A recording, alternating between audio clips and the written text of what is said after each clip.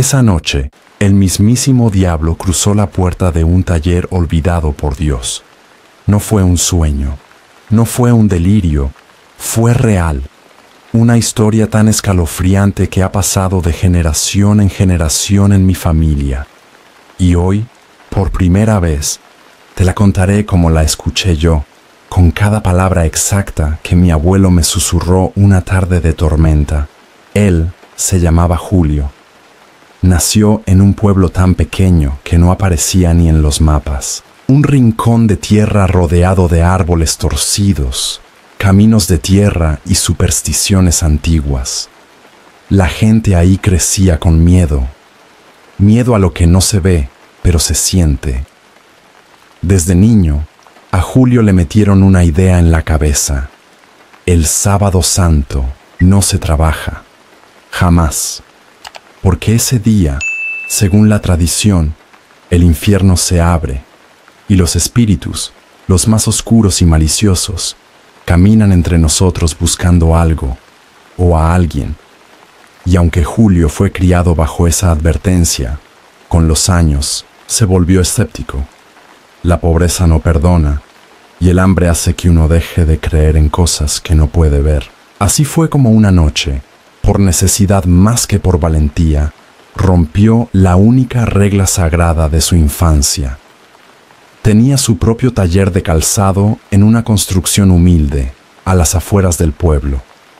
Una casita de madera, con techos de lámina, que crujían con el viento, y un pequeño cuartito de trabajo con una puerta de metal oxidado.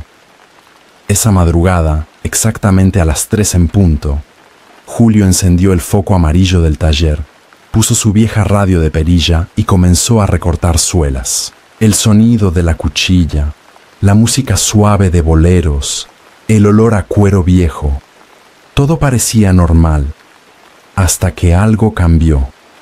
Primero fue la radio, un zumbido raro, como estática, seguido de un chirrido agudo, y luego silencio absoluto.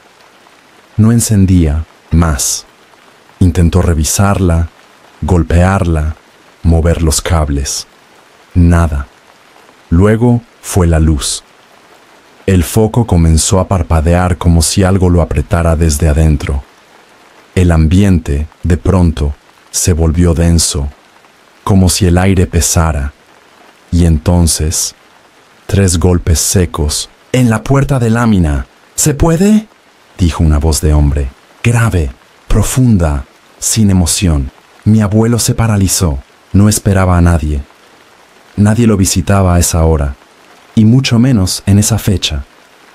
Con el corazón acelerado, entreabrió la puerta. Lo que vio no lo olvidaría jamás. Un hombre altísimo, casi de 2 metros, delgado, con un traje negro impecable, bigote recortado con precisión, piel pálida como de cera, y joyas de oro que brillaban incluso en la penumbra. Un centenario colgaba de su cuello, balanceándose con un movimiento hipnótico. «Buenas noches», dijo aquel ser con una sonrisa que no tocaba sus ojos. «¿Puedo pasar?» Julio, aún confundido, asintió por educación. Aquel hombre entró como si conociera el lugar de toda la vida y se sentó en el banco de madera que mi abuelo usaba para descansar. Pero en cuanto lo hizo, el ambiente cambió. Primero fue el calor. Subía y bajaba como si alguien jugara con el termostato del infierno. Después, una sensación en el estómago, como si el cuerpo supiera lo que la mente aún no aceptaba. El hombre comenzó a hablar, no de zapatos, hablaba de sueños, de ambición, de poder, de cómo Julio desperdiciaba su talento. «Tú mereces más que esto», le decía mientras recorría el taller con la mirada. «Mereces riqueza, respeto, libertad. No estás cansado de ser pobre». Y entonces mi abuelo lo notó. Aquel hombre, parado frente a la lámpara y la ventana, no proyectaba sombra. «¿Quién eres?», le preguntó con voz temblorosa. La sonrisa se ensanchó grotescamente. Tú sabes quién soy, respondió. Hoy es Sábado Santo y yo vengo a hacer tratos. Era el diablo. Julio quiso correr, gritar, cualquier cosa, pero estaba paralizado. El visitante comenzó a sacar fajos de dinero de su saco. Montones, billetes nuevos, gruesos, cayendo sobre la mesa como si brotaran de un pozo sin fin. El suelo comenzó a cubrirse de billetes. Y el olor, un olor fuerte a azufre, a quemado, a algo que no debería existir. Entrégame tu alma, dijo. Solo eso, y todo esto será tuyo. Mi abuelo retrocedió, murmurando que no, pero la voz del diablo era seductora, casi hipnótica. Sus palabras se deslizaban por el oído como un canto de sirena. Cuando Julio llegó a la puerta, la luz se fue por completo. Oscuridad total. Y en la negrura, pasos lentos detrás de él, y una voz suave que decía, no te vas a arrepentir. Julio corrió al cuarto, se encerró y se cubrió con una cobija, como cuando era niño. Rezó como nunca antes. Padre nuestro, Ave María, lo que viniera a su mente. Temblaba, sudaba frío. No recuerda en qué momento se durmió del miedo, pero al amanecer fue al taller. Quería convencerse de que todo había sido un mal sueño, pero el banco donde se sentó el visitante, estaba quemado por completo, como si lo hubieran dejado sobre brasas, y el olor a azufre seguía ahí. Desde ese día, Julio nunca más volvió a trabajar un sábado santo. Él decía que el diablo camina entre nosotros esa noche, que prueba la fe, que ofrece riquezas, pero cobra caro.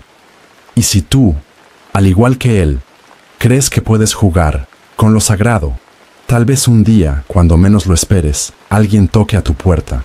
Y si eso pasa, solo recuerda esto: no todos los visitantes vienen del cielo.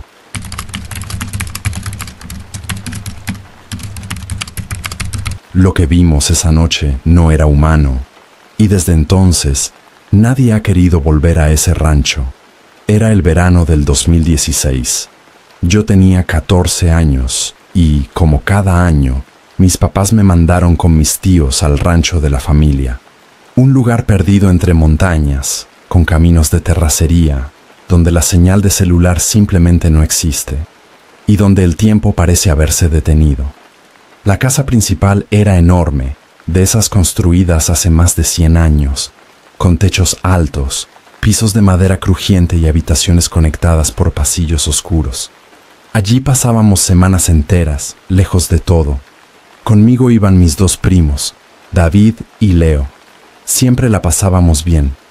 Jugábamos, hacíamos travesuras y escuchábamos las historias que contaban los ancianos del pueblo. Historias viejas, de cosas que ya no se ven, o que al menos eso queríamos creer. Esa noche de julio todo cambió. Durante el día hicimos lo de siempre. Ayudamos a cargar leña, dimos de comer a los animales, comimos tortillas hechas a mano y queso fresco. El aire olía a campo, a humo, a tiempo detenido.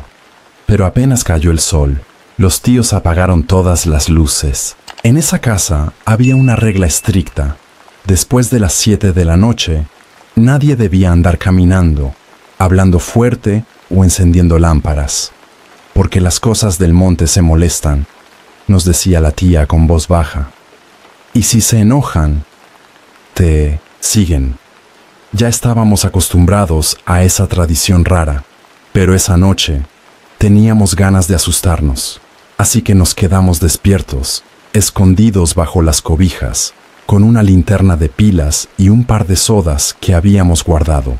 Empezamos a contar leyendas, a reírnos bajito, a burlarnos de los espantos, sin saber lo que habíamos provocado. Eran las 3 de la madrugada. Recuerdo la hora exacta porque mi primo David tenía un reloj Casio que brillaba en la oscuridad. Estábamos a punto de dormirnos cuando escuchamos un sonido seco, profundo, como un bufido. Parecía un toro, pero no era posible. Estábamos en el segundo piso. Lo peor fue que el sonido vino justo de la ventana. Volteamos los tres al mismo tiempo y vimos algo que nos heló la sangre. El vidrio estaba empañado, como si algo hubiera respirado desde afuera. Nos quedamos paralizados. De pronto, los caballos empezaron a relinchar como locos. Los cerdos chillaban, las gallinas volaban dentro del gallinero. Era un caos total. Parecía que todos los animales estaban huyendo de algo que nosotros no podíamos ver. Leo dijo, tenemos que ver qué es, y como idiotas, aceptamos el reto. Agarramos unas velas del altar de la abuela, bajamos las escaleras lentamente y salimos al patio. Afuera, el frío era insoportable. El cielo estaba claro, pero la luna apenas iluminaba los contornos del terreno. El aire olía raro, como a humedad y metal. Caminamos hasta el corral, con los corazones latiendo, tan fuerte que dolía en el pecho. Fue entonces que lo escuchamos otra vez, el mismo bufido, pero esta vez más cerca, mucho más cerca. Nos escondimos detrás del muro de ladrillos y nos asomamos apenas con los ojos. Lo que vimos no se puede explicar con lógica. Al principio parecía una persona alta, pero al dar un paso hacia la luz, quedó claro que no era humano. Era una criatura enorme, con patas de caballo cubiertas de pelo negro. De la cintura para arriba era una masa gris, deforme, como si alguien hubiera derretido un cuerpo humano. Y su cara, Dios, su cara parecía la de un cerdo, pero estirada, hinchada, con unos ojos grandes, completamente negros, sin párpados. Respiraba con fuerza, como un toro furioso. Los animales estaban aterrados. Yo intenté gritar, pero no salió ningún sonido de mi boca. David me jaló del brazo y salimos corriendo. Leo tropezó y cayó al lodo, pero lo ayudamos a levantarse. Corrimos como si nos persiguiera la muerte misma. Subimos las escaleras y nos metimos debajo de las cobijas. Nadie habló, nadie durmió. A las 6 de la mañana escuchamos la voz dulce de la tía llamándonos para desayunar. Bajamos temblando, con ojeras profundas. En la cocina estaba el tío, tomando café como si nada. ¿Quieren huevos?, nos preguntó la tía. Asentimos, con la cabeza, sin hablar. Voy al corral a recogerlos. Ahorita vengo. Nos miramos entre los tres. No podíamos dejar que fuera sola. Le dijimos que la acompañaríamos. Al llegar al corral, vimos lo que ya sabíamos. Las puertas estaban abiertas, la tierra revuelta y faltaban gallinas. La tía pensó que habían sido los bandidos del pueblo, los mismos que siempre se robaban animales, pero nosotros sabíamos la verdad. Esa cosa no era de este mundo. Y desde esa noche, nadie ha querido volver a dormir en esa habitación del segundo piso. Mi tío cerró la ventana con tablas. Dicen que el bufido no volvió a escucharse, pero los animales aún se alteran de madrugada. ¿Y tú? ¿Seguirías pensando que todas las leyendas del campo son solo cuentos para asustar niños? Ten cuidado con lo que provocas en la oscuridad, porque hay cosas que solo necesitan que las menciones para que despierten.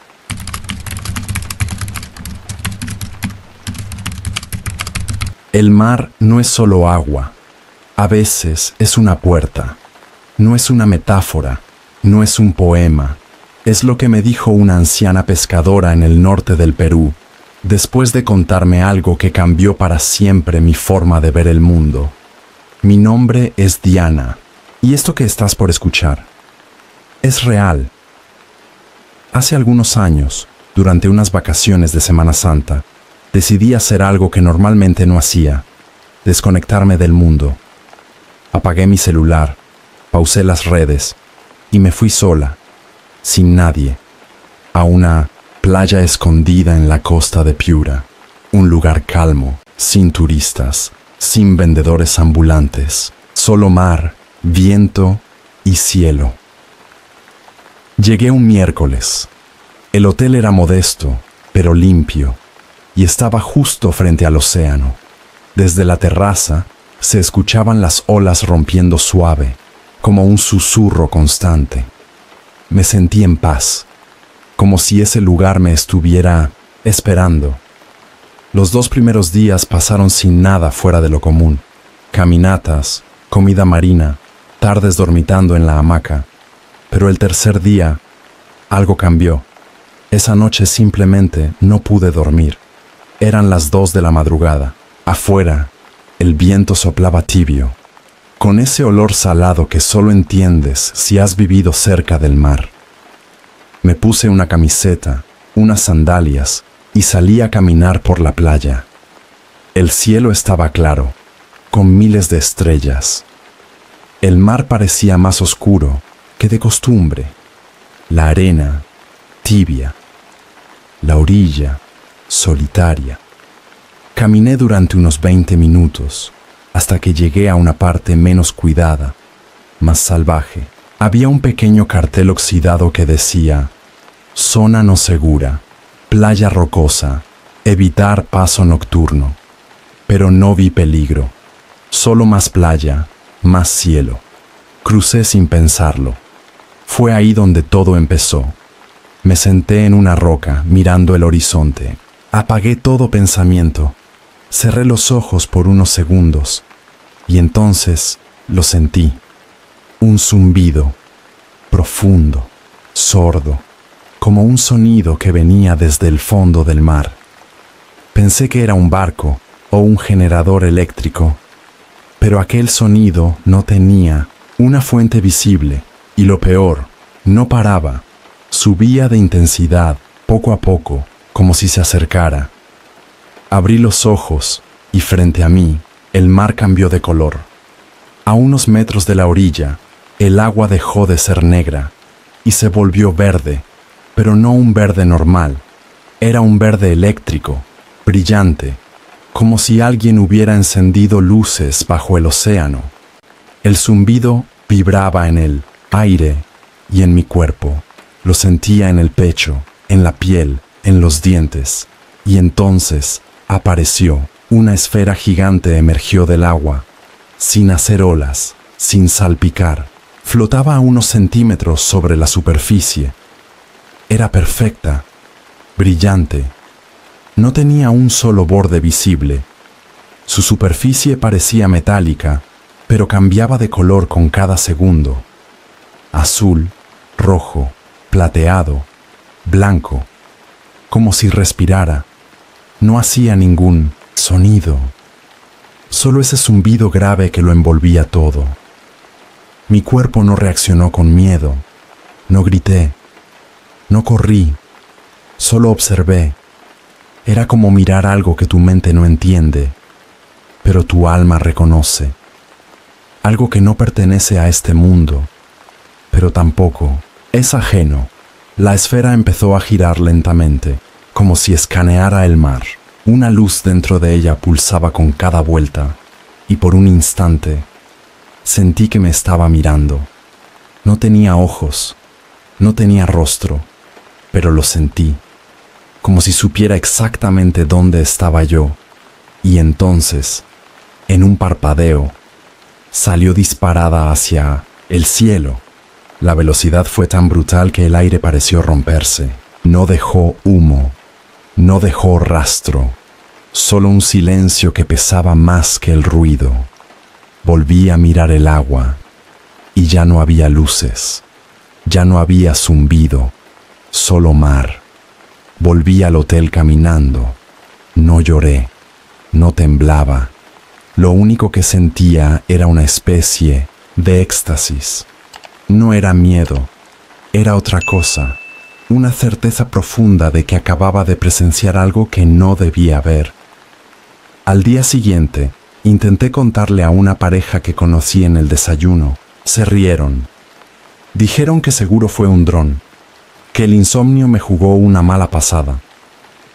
Pero cuando fui a comprar agua a la tiendita del pueblo, La señora que atendía, una mujer de unos 70 años con mirada sabia, me preguntó, ¿estuviste anoche en la playa de las rocas? Me sorprendí. Le dije que sí.